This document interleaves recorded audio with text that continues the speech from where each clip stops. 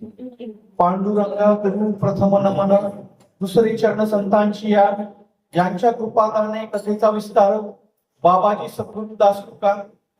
अलंकार पुण्य भूमी पवित्र, तेथे नांदतो ज्ञान राजा सुपात्र. दया वाढविता महापुण्य राशी, नमस्कार माझा सद्गुरु ज्ञानेश्वराशी.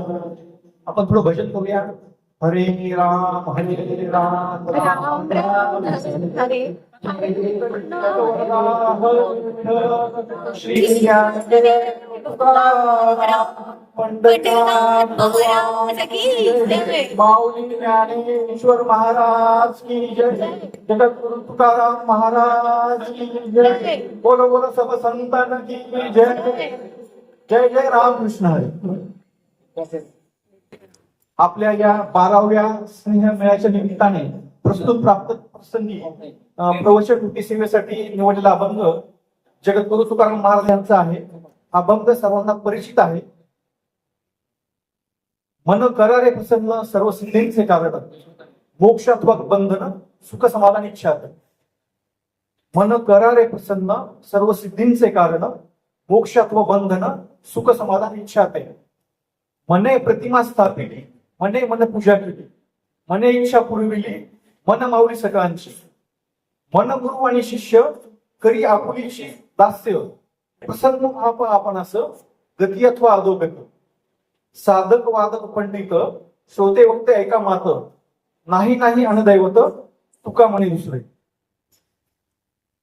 प्रवचनचा क्रम असा असतो की प्रथम अभंगाचं वाचन, त्यानंतर त्याचा स्थूल अर्थ म्हणजे सर्वसामान्य जो पहिल्यांदा अर्थ अभिप्रेत होतो तो सांगणे, आणि त्यानंतर सूक्ष्म अर्थ सांगणे म्हणजे त्याच्यात नेमकी जे आपले संत आहेत त्यांना नेमकी आपल्याला काय दिशा द्यायची आहे असा हा प्रवचनाचा क्रम असतो. तर सर्वप्रथम आपण भावार्थ बघूया.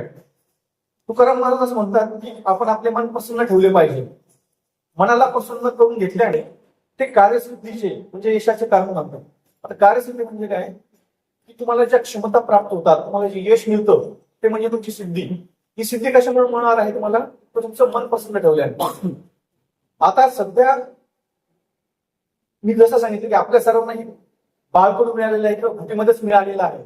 पण जो सर्वसाधारण समाज आहे तर त्याला यशाचा मार्ग काय, तर त्यांनी मन प्रसन्न केलं तर त्याच्यात त्याला सर्व सिद्धी प्राप्त होतील असं तुकाराम महाराजांना म्हणायचं. तुकाराम महाराज पुढे असं म्हणतात की मन जर निर्विषय झालं म्हणजे विषयापासून मुक्त झालं तर माणसाला मोक्ष प्राप्त होतो. आता आपल्याला मोक्ष म्हणजे काय लक्षात येतं की वैकुंठ, मग कोणीतरी स्वर्ग येणार, त्यात आपण बसून जाणार वगैरे. तर मोक्ष या शब्दाचा असा सूक्ष्म अर्थ आहे की उच्च मानसिक पातळी आहे. म्हणजे तुम्ही आयुष्य जगत असतानाच अशा मानसिक पातळीवर जाता तिथे तुम्हाला दुःखाचाही त्रास होत नाही किंवा आनंदाचाही ओझं वाटू शकत नाही. बरोबर. तर मोक्षाची व्याख्या आपल्या परमार्थात दिली आहे की अत्यंत दुःखाची निवृत्ती आणि परमानंदाची प्राप्ती म्हणजे मोक्ष. बरोबर. म्हणजे तुमचं जे आयुष्यातलं दुःख आहे ते नाहीसं होतं आणि तुम्हाला विनाकारण आनंदी राहण्याची सवय लागते. आता सध्या आपला आनंद कसा आहे किंवा प्रसन्नता कशी आहे की एखादी वस्तू, एखादी गोष्ट, एखादी स्थिती, पैसा, प्रतिष्ठा किंवा एखादं पद या गोष्टी जर असतील तरच आपण प्रसन्न राहू. जर आपल्या मनाची विरुद्ध गोष्टी गेल्या तर आपण प्रसन्न राहणार नाही. तर असं नाहीये. तर तुम्हाला अत्यानंद किंवा परमानंद असा प्राप्त होतो की तुम्ही कोणतंही कारण नसताना खुश राहता. म्हणजे जसं फुलपाखरू बघतो आपण, फुलपाखराचं आयुष्य फक्त 15 दिवसाचं असतं, पण ते किती स्वच्छंदी असतं की आपण फुलपाखराकडे बघितलं की आपल्याला एकदम छान वाटतं. किंवा एकदम तान बाळ असतं बघा, त्याला काही दुःखाची अनुभूती असते का किंवा सुखाची काही भावना असते का, पण ते हसत असतं आपल्याला. म्हणजे एक छोटं बाळ जर घरात आलं की आजूबाजूच्या घरातले 50 लोक त्याला बघून खुश होतात. अशी जी अवस्था आहे ती परमानंदाची पण आज आनंद. आता यात आपलं एक उदाहरण आपल्याला देता येईल. आपल्या सगळ्यांना काकवाची माहिती, बरोबर. म्हणजे अत्यंत आनंदी किंवा परमानंदी असलेली व्यक्ती म्हणजे काकवाची. तिला तुम्ही कधी दुःखी दृष्टी बघितलाय का? म्हणजे तिचा आनंद हा पद, पैसा, प्रतिष्ठा, नातेवाईक, कुणी मला चांगलं म्हणो, कुणी मला वाईट म्हणो, याच्यावर अवलंबून होता. त्याच्यामुळे काय की जाणता अजाणता ती त्या उच्च पातळीला पोहोचलेली होती. म्हणजे आपल्या घरात आपण अशी कित्येकांची नावं घेऊ शकतो. बरोबर. आता आपल्याकडे कुंदाताईसारखी श्रेष्ठ साधक उपस्थित आहे, तर तुम्ही बघा ती पण एकदम कधी पण बघा फ्रेश असते. म्हणजे आता आपल्याकडे काय माहिती की अध्यात्म म्हणजे फक्त देवदेव करत बसणे असं समजलं जातं, तर तसं नाही. कन्सेप्ट काय की आपण काय करतो, रूम फ्रेशनर फवारतो किंवा अंगाला सेंट मारतो किंवा चेहऱ्याला फेअर अँड लवली लावतो, म्हणजे महिला आपल्या भगिनी मंडळ लावतो, किंवा आम्ही फेअर फेअर अँड हँडसम लावतो. पण मग फेअर अँड लवली दिसण्यासाठी किंवा फेअर अँड हँडसम प्रत्यक्ष राहण्यासाठी काय करता येईल, तर हा अभंग आपल्याला सांगत आहे. तर आपण बघत होतो की मनामध्ये विषय आले तर आपण बंधाकडे जातो, म्हणजे अडकत जातो. आता हा जो संसार आहे, मग पहिले आपण मग चांगलं शिक्षण, मग डिग्री, मग नोकरी, मग मला फ्लॅट पाहिजे, मग गाडी, मग चांगली भावलीसाठी पत्नी पाहिजे, आणि मग असे आपले टप्पे वाढत जातात. म्हणजे काय आपण त्या याच्यामध्ये गुंतत जातो. तर हा मग आपल्याला काय सांगतो की तुम्हाला विषयरहित व्हायचंय. विषयरहित या टप्प्यावर पोहोचले की तुम्हाला आपोआप आनंद मिळणार आहे. आणि हा बघून पुढे असं सांगतो की तुम्ही जसा विचार करता, तुम्ही चांगला विचार केला तर तुमचे चांगले विचार तुम्हाला अट्रॅक्ट होतील. जर तुम्ही वाईट विचार केला तर तुम्ही वाईट मार्गाला जाता. हे बघा, आपल्याला आपलं जे परंपरागत ज्ञान आहे त्याचं महत्व नाहीये. पण जर तुम्ही आता लॉ ऑफ अट्रॅक्शन नावाची थिअरी जर इंटरनेटवर सर्च केली तर ते लॉ ऑफ अट्रॅक्शन काय म्हणतं की तुम्ही जसा विचार करता तशा घटना तुमच्या आजूबाजूला घडू लागतात किंवा तसे लोक तुमच्या आजूबाजूला येऊ लागतात. तुम्ही चांगल्या गोष्टीचा विचार केला तर तुम्हाला चांगले लोक भेटतील, तुम्हाला चांगलं यश मिळेल. तुम्ही वाईट मार्गाला चालण्यासाठी वाईट विचार करत असाल तर तुम्ही त्याच मार्गाला लागता. म्हणजे जे आपल्या साधू संतांनी 1000-2000 वर्ष सांगून ठेवलेलं आहे, आपण ते विसरून गेलो, आपण त्याच्याकडे कानाडोळा करतोय. आणि मात्र लॉ ऑफ अट्रॅक्शन ही जी थिअरी आहे ही आता आपण सगळेजण उचलून धरत आहोत.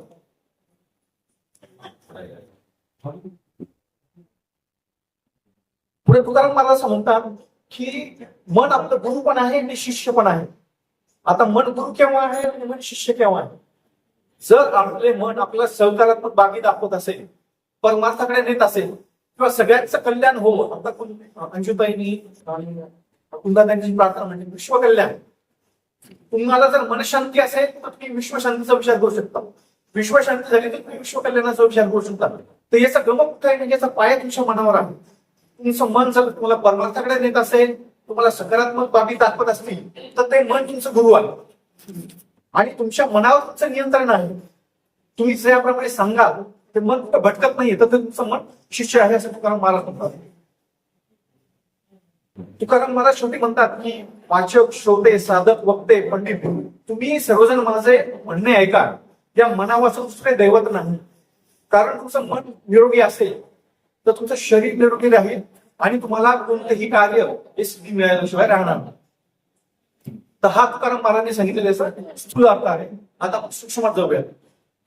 प्रस्तुत अभंग जो आहे तो मानवी जीवनाला सकारात्मकता आणि यशाचा मार्ग दाखवतो. बरोबर. आता आपण जर हे रोज एक अभंग वाचता तर तुम्हाला कोणत्याही मोटिवेशनल स्पीकरचं भाषण ऐकण्याची गरज नाही किंवा तुम्हाला कोणतेही रील बघण्याची गरज नाही. पण आपलं होतं काय की हे काहीतरी तांड आहे बुवा, देवदेव संगीत आहे, याच्याकडे आपण बघू नये अशी अवस्था होते. आणि म्हणजे मला सांगायला खूप आनंद होतो. मी मागची 4 वर्ष अभ्यास करतोय. तर हे भारतीय जे आहेत ते खरंच एकदम म्हणजे ज्यांच्या आडनाव भारतीय ते खूप सुदैवी आहेत की असा एखादी अखंड हरिनाम सप्ताह नाहीये की जिथे भारतीयचा रेफरन्स लागत नाही. किंवा आजही आपण जे वारकरी शिक्षण संस्था आहे अंधीची, त्याची जी सार्थ ज्ञानेश्वरी आहे, तर त्या ज्ञानेश्वरीचं जे मूळ प्रत जी आहे ती बैठकची एक आहे, दुसरी भारतीय घराण्यातून घेतलेली आहे. म्हणजे आज जेवढा काही वारसा आहे भांड्यांचा तो आपल्या रूपी जिवंत आहे. तर त्याच्यामुळे माझं एक सांगणं आहे की आपणही या बाबतीकडे थोडं लक्ष दिलं पाहिजे. आता सगळ्यात पहिले मन म्हणजे काय या संकल्पनेचा विचार करणार आहोत. आपण संत साहित्यामध्ये पण मनाचा अभ्यास करतो किंवा त्या आधुनिक मानसशास्त्र सिगमंड फ्रॉइड ते विविध संकल्पना मांडल्या. तर मग आपल्याला प्रश्न पडतो की मन म्हणजे नेमकी काय? मन तुमच्या मेंदूमध्ये आहे, हृदयामध्ये आहे. हा आधुनिक वैद्यकशास्त्राला पण मोठा प्रश्न आहे की मन नेमकी म्हणावं कशाला.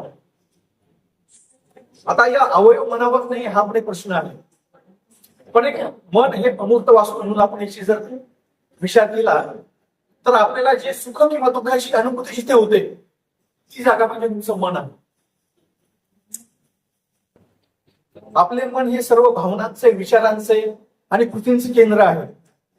आणि आपण ज्ञानेश्वर माऊलींचा जे प्रत्येक वेळेस उल्लेख करतो समाज सुधारक म्हणून, किंवा आपण भगवद्गीता जी आहे, तर भगवद्गीतेसारखा मानसशास्त्राचा दुसरा ग्रंथ नाही. कारण ज्या ज्या काही समस्या माणसं उद्भवतात त्याची उत्तर या ग्रंथामध्ये आहे. फक्त आपण काय समजून घेण्यासाठी किंवा त्याचा खरा अर्थ काय हा त्याचा आकलन करण्यासाठी कमी पडत आहोत. तर ज्ञानेश्वर माऊलींनी मनाला हे 6वं ज्ञानेंद्रिय म्हटलेलं आहे. म्हणजे आपल्याला पंच ज्ञानेंद्रिय माहितीये, कान, नाक, डोळा, जीभ, त्वचा, हे जसे 5 ज्ञानेंद्रिय आहेत तसं आपलं मन हे 6वं ज्ञानेंद्रिय आहे. आपलं मन अतिशय सर्जनशील आणि सृजनशील आहे. म्हणजे आपलं मन जे नवनिर्मिती करू शकते तशी नवनिर्मिती कुठेच शक्य होत नाही. आता आपल्याला प्रश्न पडतो की मानवी जीवनात मनाचं नेमकी स्थान काय. ज्ञानेश्वर माऊलींनी असं सांगितलेलं आहे की एखादा चौफेर उधळणारा घोडा आहे त्याला तुम्ही एक वेळेस नियंत्रित करू शकता, पण मानवी मन जे आहे ते त्याला तुम्ही सहजासहजी नियंत्रित करू शकत नाही. आपल्याला बहिणाबाई चौधरीची कविता सगळ्यांना माहिती आहे.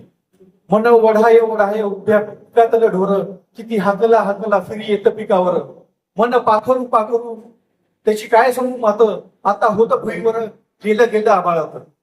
म्हणजे सुपरसॉनिक स्पीडच्या पण जास्तची गती जी आहे ती तुमच्या मनाची आहे.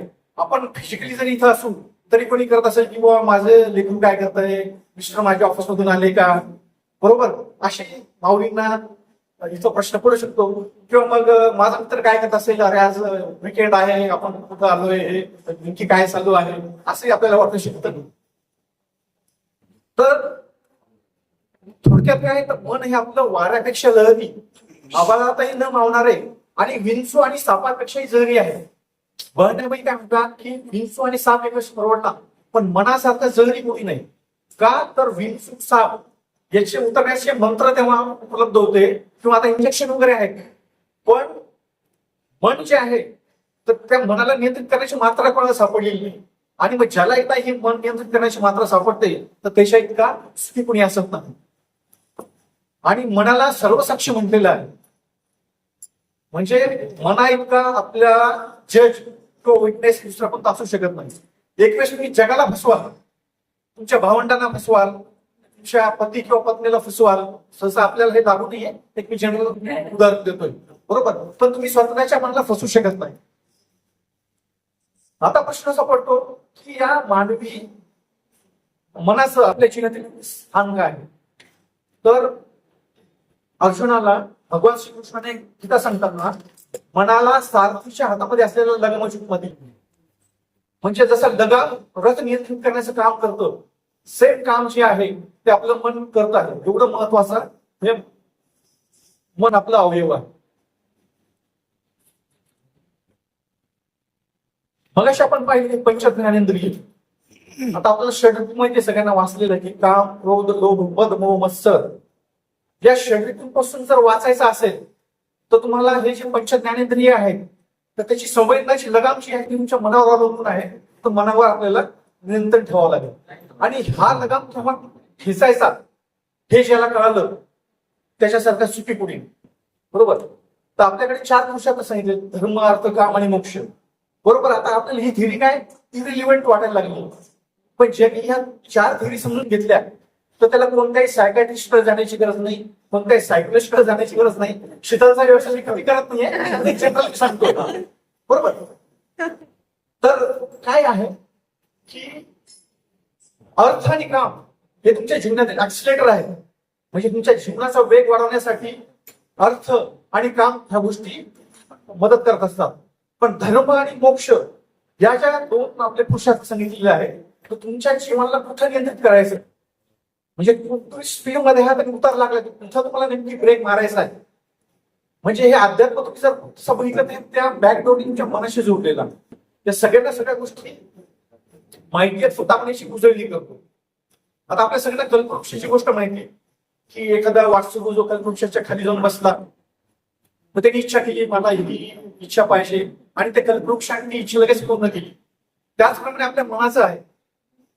तुम्ही तुमच्या मनाला ज्याप्रमाणे ट्रीटमेंट द्याल त्याप्रमाणे मन आपलं इच्छा पूर्ण करत असेल.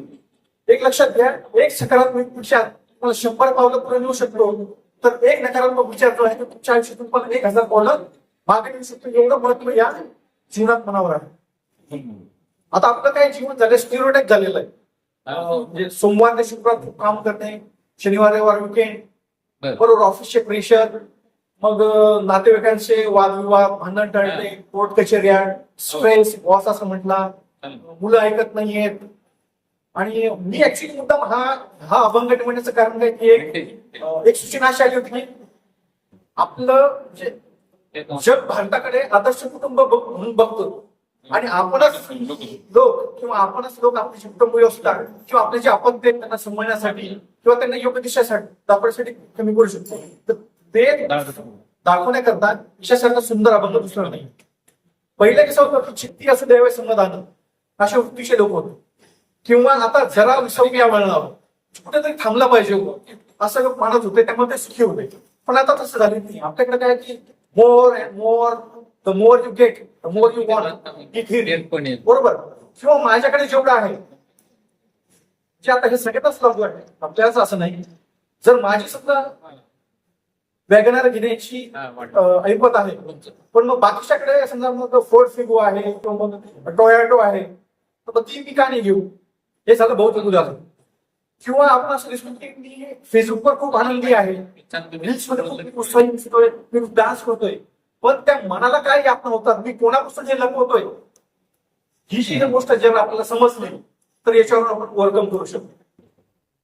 तर आपण आहे त्यापेक्षा जे दाखवण्याचा जास्त प्रयत्न करतो हा आपल्या सगळ्यांचा मोठा प्रश्न आहे. आणि सगळ्यात मोठा उपयोग काय माहितीये का, तुम्ही तुमच्या शरीराला जे आजार आहेत ते गोळ्या खाऊन बनवू शकता, पण मनाचा जो आजार आहे त्याला चिंती असू द्यावे समाधान किंवा मन करारे प्रसन्न या दोन गोष्टीशिवाय दुसरा पर्याय नाही. तुम्ही फार तर फार काय करू शकाल, एखादा वेदनाशामक घ्या किंवा झोपेची गोळी घ्या आणि तुम्ही शांत बसू शकता किंवा आता व्यसन भिंता.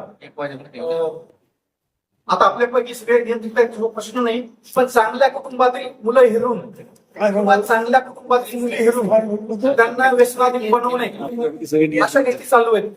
तर तुम्हाला देहाचा जर विसर पाडायचा असेल, तुम्हाला तुमच्या देहाचा विसर जर पडायचा असेल तर व्यसन न करता आपण काय चित्त प्रसन्न कसं राहू हा अभंग आपल्याला शिकवतो.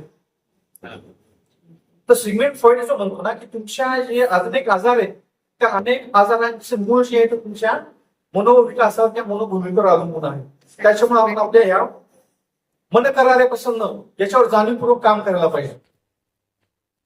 मन प्रसन्न का करायचं, तर मन प्रसन्न झालं तर तुमची कार्यक्षमता वाढते, कार्यक्षमता वाढली की तुमचं काम चांगल्या पद्धतीने होतं, चांगल्या पद्धतीने झालं की तुमचं यश मिळतं, मग परत तुम्ही प्रसन्न होता, परत अधिक काम करत नाही. ही जी सायकल आहे ती पूर्णपणे तुमच्या मनावर अवलंबून आहे. आणि हे कोणी तुम्हाला यंत्रमानव कमांड देऊ शकत नाही. नाते फार तर फार सूचना देऊ शकतील किंवा तुमचे जे जवळचे जीवलग आहेत ते फार तर फार सांगू शकतील, पण जोपर्यंत तुमचं मन या गोष्टींवर काम करत नाही तोपर्यंत या गोष्टी शक्य होणार नाही. ताणतणाव, आजारपण, नोकरी, व्यवसाय किंवा शेतीतील त्रास, भाऊबंदीचे वाद, सतत येणारे अपयश या गोष्टी माझ्याच वाट्याला काय येतात. आपण जेव्हा कधीतरी शांत बसतो तेव्हा असं वाटतं ना की हे सगळं दुःख माझ्याच वाटेला का, बरोबर. आपण काय करतो, जे सुख माझ्या वाटेला आहे त्याचा कोणी विचार करत नाही, पण दुःख वाटायला आलं तर आपण म्हणतो अरे सगळं माझ्याच वाटेला का की हे का होत नाही असं. आपण रस्त्याने चालताना आपल्याला काटा टोचतो, आपण काय करतो तो काटा अलगद काढून फेकून देतो लगेच. त्याप्रमाणे आपल्या मनाचं आहे, मनात जे आपल्याला म्हणजे दुर्विचार येतात ते जर आपण लगेच काढून टाकले तर त्या काट्याचा नायटा होणार नाही असं हा अभंग आपल्याला सांगत आहे.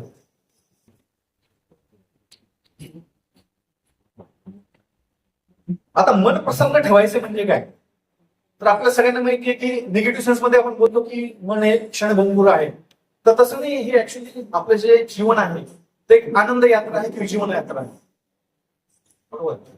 आपण आपल्याला जे काही चांगले अनुभव असतील किंवा वाईट अनुभव असतील त्याला प्रसन्नतेने सामोरं जाणं, त्याचा आस्वाद घेणं, बरोबर आहे. असं जर करत असो तर आपल्याला हे आयुष्य छान जाईल. आणि तुम्ही जेव्हा जाल, आता आपण हे सगळे लोक जाऊन किती वर्ष झाले याची आठवण का काढतो, ते निघून गेले पण त्यांच्या आठवणीची पिसं जी आहे त्यांनी आपल्या जीवनात कुठेतरी रोवलेली आहे. आता काकवाची जाऊन पण किती वर्ष झाले, पण त्या सगळ्यांना तिला इतरांना सुखी पाहण्यात जो आनंद वाटत होता त्यात त्यांनी सुख मानलं, बरोबर आहे. तर ते एक प्रिन्सिपल म्हणजे आपले जे एक व्यक्तिमत्व आहेत ना, तर त्यांनी हे तत्वज्ञान अक्षरशः जगलेले आहेत.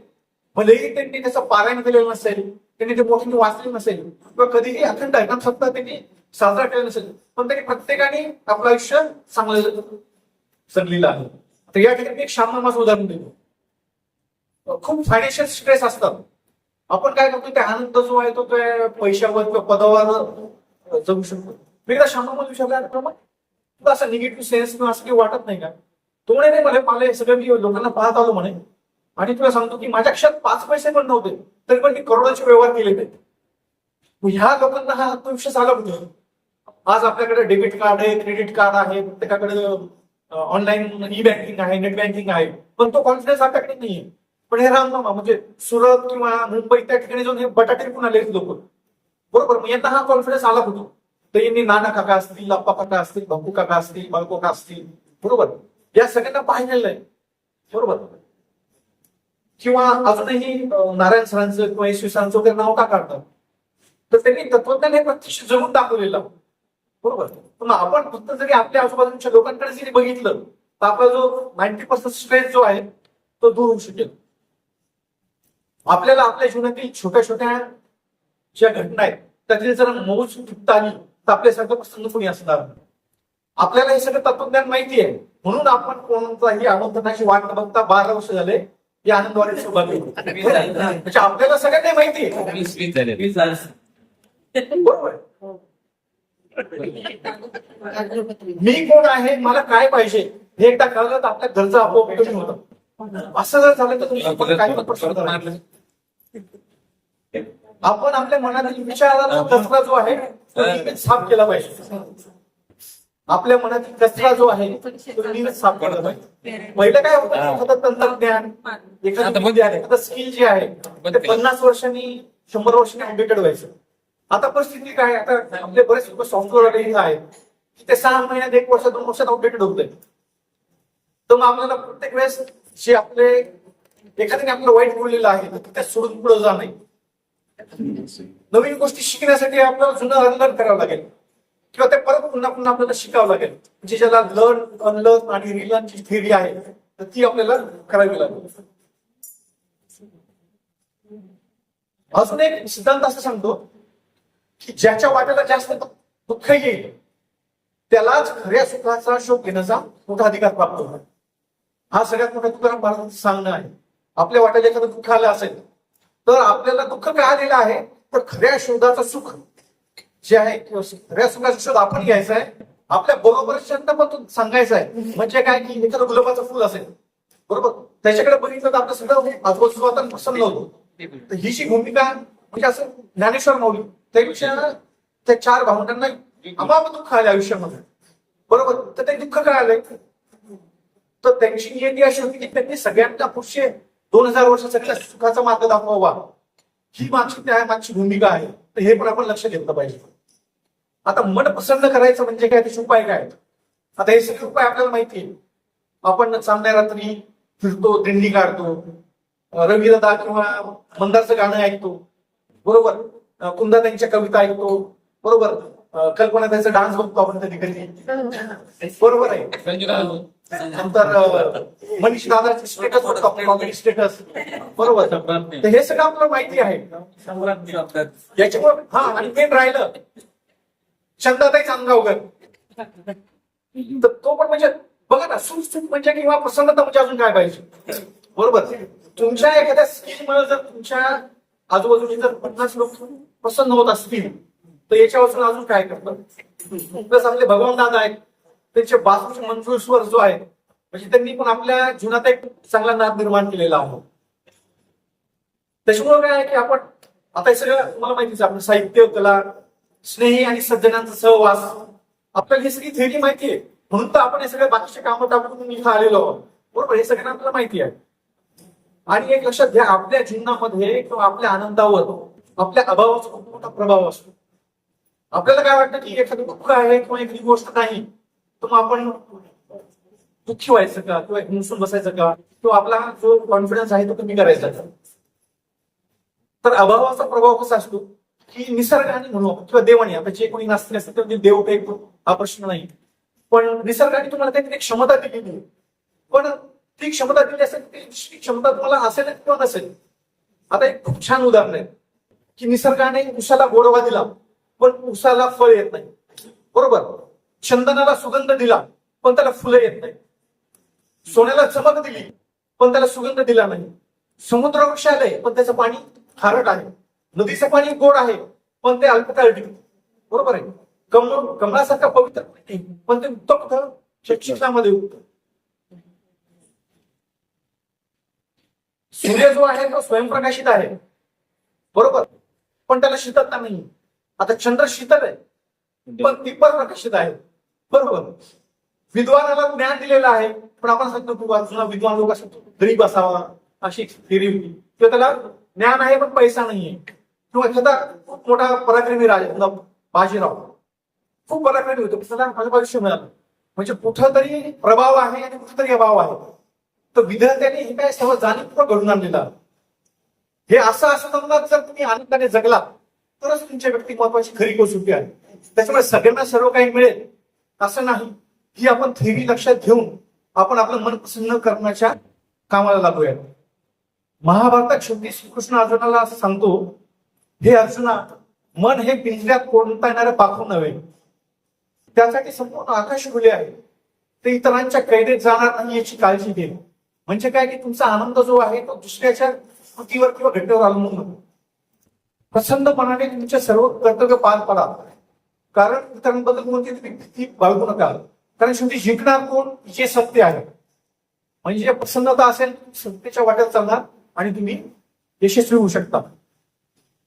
माऊलीच्या भाषेत सांगायचं झालं तर ही थिअरी काय सांगते आपल्याला, अवघाची संसार सुखाचा करू आनंदे भरू तिन्ही लोक. सगळ्यांना मी शिकत शेवटी फक्त एक सांगेल, शेअरिंग इज अ केअरिंग. आपण एकमेकांशी शेअर करू म्हणून आहोत. तुम्ही तुमच्या जीवनातील आनंद शेअर केला, सगळ्यांना माहिती येतो त्याची संख्या वाढेल, द्विगुणित होईल. की तुमचं दुःख किंवा कष्ट शेअर केलं ते निश्चितच कमी होईल. आपल्या सगळ्यांवर खूप प्रेशर आहे, बरोबर. आपल्या प्रेशरवर जर सेफ्टी वॉल्व जर आपल्याला मिळालं नाही तर आपला विस्फोट होऊ शकतो. यशोदामध्ये एक डॉक्टर बबन जोगदंड म्हणून आहेत, तर ते सायकोलॉजी या फील्डमध्ये काम करतात. त्यांनी आपल्या प्रत्येकाला मोबाईल नंबर शेअर केलेला आहे. तुम्ही पॅनिक अटॅक मध्ये असाल किंवा तुमचं नर्वस बॅकग्राऊंड आपण ऐकतो, तेव्हा जर तुम्हाला खूप असं वाटत असेल की मी दुःखी आहे, मला आता काहीतरी करायचंय किंवा मला आत्महत्येचा विचार येतोय, तर तेव्हा तुम्ही कोणाशी तरी ते शेअर करा, बरोबर. असं हे आव्हान आहे. आणि मी पहिले सांगितलं की आपण सर्व जे भारतीयांचे थोडेफार अंश आहोत, काही पूर्ण अंशाने आहेत, काही अल्प अंशाने आहेत. हे सगळ्यांना सगळं माहिती आहे. फक्त हे आपण आज रिफ्रेश केलेलं आहे. आणि आपण स्वतःचं मन प्रसन्न करू, आपल्या आजूबाजूंना प्रसन्न ठेवू, सगळ्यांना सुखी ठेवू. विश्व कल्याणाची प्रार्थना तुमच्याकडे केलेली आहे. तर मी असं प्रार्थना करतो की आनंद राहू आणि हे जे जग आहे हे आनंदाने भरून करू. धन्यवाद. जय जय रामकृष्ण.